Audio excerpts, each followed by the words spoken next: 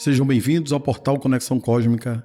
Imagina um imenso tear cósmico, onde cada fio está entrelaçado com uma precisão absoluta, criando uma grande tapeçaria da existência no universo. Cada evento, cada pensamento, cada respiração faz parte desse nosso desenho magistral. Não existem fios soltos, não existem acidentes. Tudo que você já viveu, os seus encontros inesperados, desafios dolorosos, momentos de êxtase, tem uma origem, tem uma causa. E toda causa ela vai ter o seu efeito. Tudo acontece de acordo com a lei. O acaso ele é apenas um nome dado a uma lei que não foi reconhecida. E essa lei de causa e efeito é o sexto princípio hermético. E essa lei é o princípio que governa o grande tear universal cósmico. Quando nós compreendemos sua profundidade, percebemos que nada na vida é arbitrário. Aquilo que nós chamamos de sorte ou azar é, na verdade, o efeito das causas invisíveis que muitas vezes plantamos no nosso passado, às vezes nesta vida, às vezes em outras dimensões de existências anteriores. Então hoje nós embarcaremos junto nessa jornada de descoberta. Desvendaremos os mistérios da lei de causa e efeito e aprenderemos como essa lei governa a nossa realidade. Mais importante ainda, nós vamos aprender a dominá-lo, para que possamos nos tornar arquitetos do nosso próprio destino, da nossa própria vida. Toda causa tem seu efeito, todo efeito vai ter a sua causa. Então tudo acontece de acordo com a lei. O acaso ele é apenas esse nome para uma lei que não se reconhece. É isso.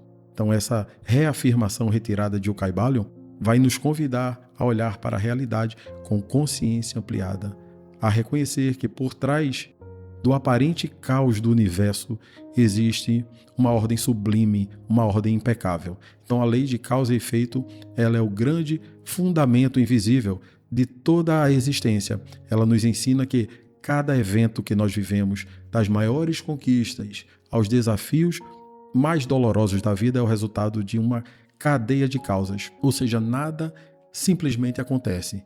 Todo efeito que encontramos é o reflexo direto de causas. Algumas causas visíveis, outras ocultas nos planos mais profundos da existência. Mas aqui reside um bom segredo compreendido pelos iniciados herméticos. Existem diferentes níveis de causalidade. A maioria das pessoas opera no plano físico, vão reagindo às causas externas como folhas movidas pelo vento, de qualquer jeito. Elas se sentem à mercê de forças maiores. Elas se sentem prisioneiras de circunstâncias que acreditam estar muitas vezes fora do seu controle. Então, o hermetista, porém, sabe que as causas mais poderosas, elas não nascem no plano físico, mas no plano mental. Tudo é mental. Como ensina o Ucaibalion, a mente é o campo da criação, onde as primeiras sementes de toda a causa no universo foram plantadas. Então, os nossos pensamentos, intenções, as nossas emoções são as forças causais que vão moldando não apenas as nossas ações, mas também as nossas experiências que vamos atraindo. Então, considere um exemplo. Uma palavra dita com muita raiva pode parecer uma reação momentânea ali, mas é o efeito, na verdade, de uma causa anterior. Então, um pensamento, um sentimento que já vibrava dentro de você. Não é isso? Então, essa palavra, por sua vez, ela vai gerar novos efeitos. Um conflito, uma ruptura ou até mesmo uma oportunidade de quê? De aprendizado. Assim, essa cadeia de causalidade continua indefinidamente em todas as direções da vida. Então, o que o Ucaibalion nos ensina é que o acaso ele é simplesmente esse não entendimento da lei. Ponto final. Quando nós começamos a compreender a verdade, um mundo de possibilidades vai se abrir à nossa volta. Então, nós não precisamos mais ser espectadores da vida, atingidos por efeitos toda hora, de causas que ainda nós não compreendemos. Nós podemos nos tornar criadores conscientes, co-criadores, plantando sementes do futuro que nós desejamos colher. Então essa é a grande promessa da lei de causa e efeito, a liberdade de transcender o papel de vítima e assumir a partir daqui um papel de mestre, né? Do seu mestre. Não é mestre de ninguém, não. Então imagina quando a gente lança um dado. Quando o dado cai sobre a mesa e mostra determinado número. Pode parecer ali que aconteceu por acaso, como se fosse pura sorte ou azar. Mas na verdade não é assim que as coisas funcionam. Vocês conseguem compreender que tudo no mundo acontece por uma razão? Então, ainda pensando no dado que a gente jogou, lançou, o número que aparece, ele vai depender de vários fatores. Como você segurou no dado, né? Quanta força você usou para lançá-lo, como ele girou no ar e até a superfície em si que o dado caiu. Então, todos esses fatores juntos determinam o número que aparecerá. Portanto, não é sorte e muito menos azar.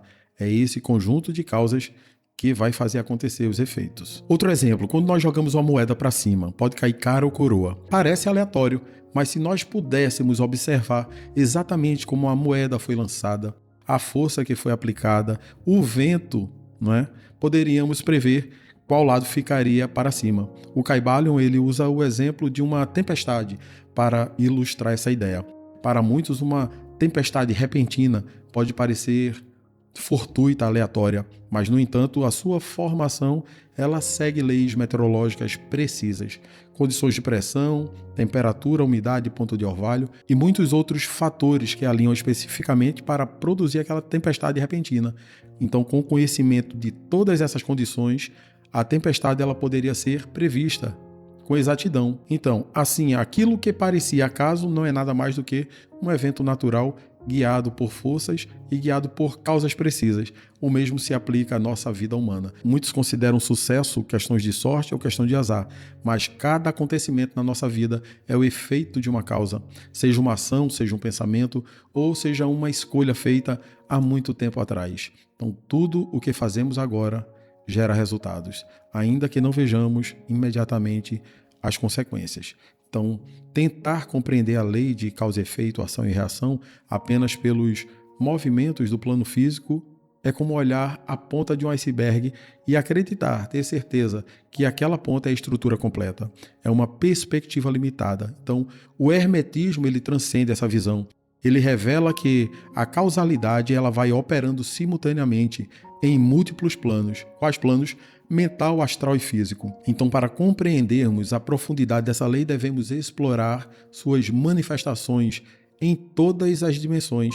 Então, desde a época de Isaac Newton, o princípio da causalidade ela tem sido uma pedra angular da ciência. A terceira lei de Newton que diz que para toda ação existe uma reação igual e oposta. Então, essa ideia, embora simples, ela vai ecoar profundamente o princípio hermético. No universo físico, nenhuma força, nenhum movimento, nenhum evento ocorre sem uma causa anterior. Quando uma maçã cair de uma árvore, esse é o efeito da gravidade. Quando uma pedra atinge o lago, as ondulações que ali formam, elas são nada mais do que os efeitos diretos da ação inicial. Mas a física moderna ela levou esse conceito ainda muito mais distante.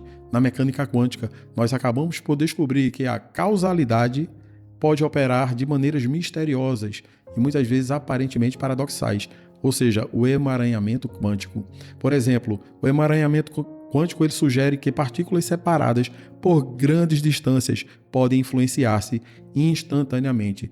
E aí desafia o que é a nossa compreensão linear de causa e efeito. Isso levanta uma questão. Existiria uma dimensão mais profunda onde causas invisíveis operam além do tempo e do espaço? Os hermetistas responderiam sim, com certeza. Eles sempre souberam que a causalidade ele acaba por transcender o mundo físico, manifestando-se nos níveis mais sutis da existência. Então, os sábios herméticos, há muito, eles enfatizam que a causalidade não é meramente linear, ela é multidimensional. Isso significa que a causa de um evento no plano físico, ele pode originar-se de quê?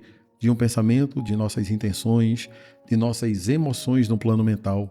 Franz Bardon, em Iniciação ao Hermetismo, ele já nos afirmava que a verdadeira criação começa sim nos planos superiores. O que nós vemos no mundo físico é apenas um reflexo tardio daquilo que já foi moldado nos planos mentais e nos planos astrais. Então, por exemplo, um pensamento persistente de medo pode criar tensão no corpo físico, levando a uma futura doença. Em contrapartida, pensamentos de amor, de gratidão, de compaixão podem nos favorecer estados de bem-aventurança, de bem-estar, de saúde. A palavra karma ela vem do sânscrito e significa literalmente ação. No entanto, Em um contexto espiritual, refere-se ao conjunto de consequências geradas por nossas próprias ações, por nossos pensamentos, por nossas intenções.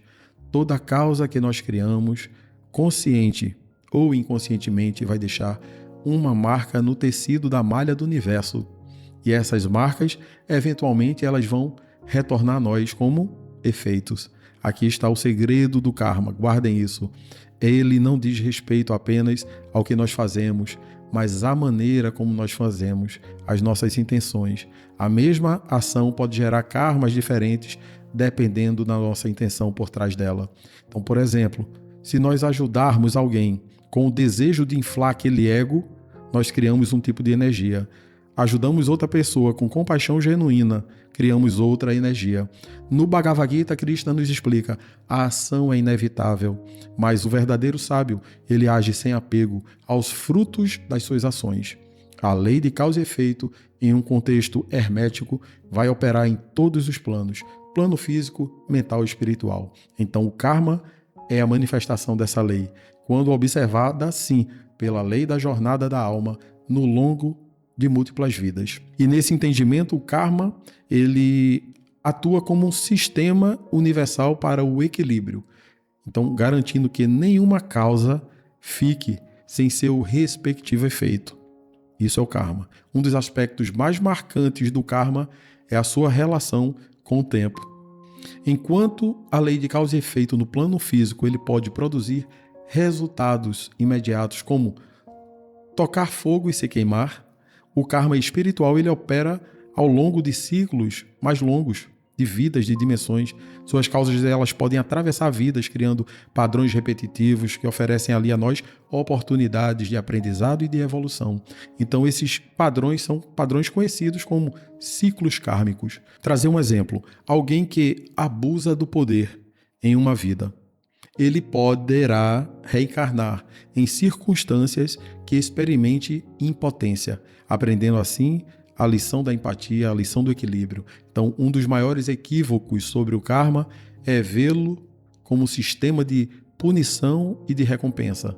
Na verdade, o karma ele é apenas um mecanismo pedagógico que é projetado para nos ensinar o quê? As leis universais, guiar a nossa mônada, a nossa alma, rumo à harmonia.